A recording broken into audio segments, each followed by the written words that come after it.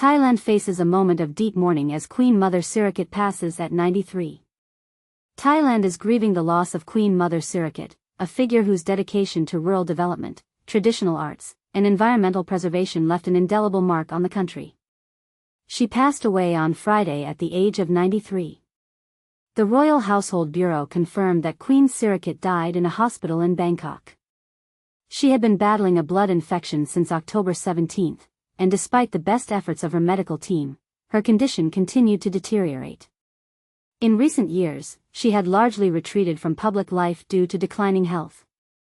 Her husband, King Bhumibol, passed away in October 2016.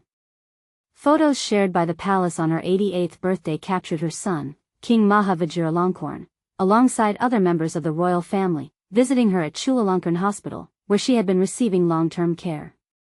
Although often overshadowed by her late husband and her son, Sirikit carved out a legacy of her own.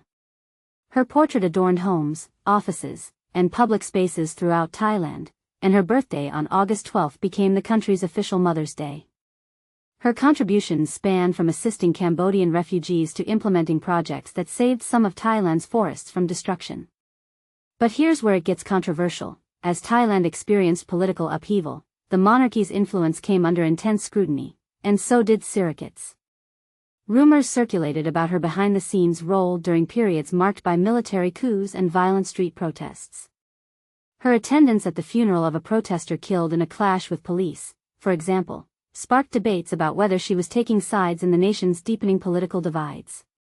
Born into an aristocratic and wealthy family in Bangkok on August 12, 1932, the very year Thailand transitioned from an absolute monarchy to a constitutional system, Sirikit Kitiakra was tied by blood to previous kings of the Chukri dynasty.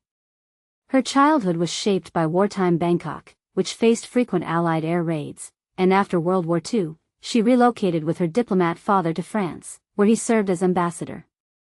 At just 16, she met Thailand's newly crowned King Bhumibol in Paris while studying music and languages. Their bond deepened after the young king suffered a near-fatal car accident, prompting her to move to Switzerland to care for him while he continued his studies. Their romance included poetic courtship and even a waltz composed by the king titled, "I Dream of You." They married in 1950, pledging at the coronation ceremony to reign with righteousness for the benefit and happiness of the Siamese, Thai, people. Their family grew to include 4 children, King Maha Vajiralongkorn and Princesses Yubul Ratana, Sirindhorn, and Kilabhorn. During the early years of their marriage, the royal couple traveled extensively around the globe as goodwill ambassadors, building personal relationships with world leaders. But by the 1970s, their focus shifted toward Thailand's pressing domestic issues, such as rural poverty, opium addiction in hill tribes, and a growing communist insurgency. Year after year, the king and queen toured the countryside while officiating over more than 500 royal, religious, and state events. Queen Sirikit, known for her impeccable style and love of shopping, also embraced the rural experience, climbing hills and visiting remote villages where elders affectionately called her daughter. Thousands of people sought her attention for issues ranging from family disputes to serious medical concerns, many of which she personally addressed. Despite some whispers in Bangkok about palace intrigues and her luxurious lifestyle, she remained deeply admired in rural areas. In a 1979 interview with the Associated Press, she explained, "Misunderstandings arise between people in rural areas and the rich, so-called civilized people in Bangkok. People in rural Thailand say they are neglected, and we try to fill that gap by staying with them in remote areas." Her influence extended through numerous royal development initiatives across Thailand, many of which she personally oversaw. In 1976, she launched Support, a foundation aimed at increasing the incomes of poor rural families while preserving traditional crafts like silk weaving, jewelry making, painting, and ceramics. Thousands of villagers benefited from these programs.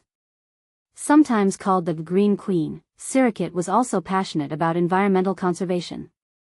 She established wildlife breeding centers, open zoos, and sea turtle hatcheries. Projects such as Forest Loves Water and Little House in the Forest demonstrated the economic and ecological benefits of protecting forest cover and water resources. Unlike monarchs in many other countries, whose roles are largely ceremonial, Queen Sirikit believed that the monarchy was a cornerstone of Thai society. She famously said in 1979, "There are some in the universities who think the monarchy is obsolete. But I think Thailand needs an understanding monarch.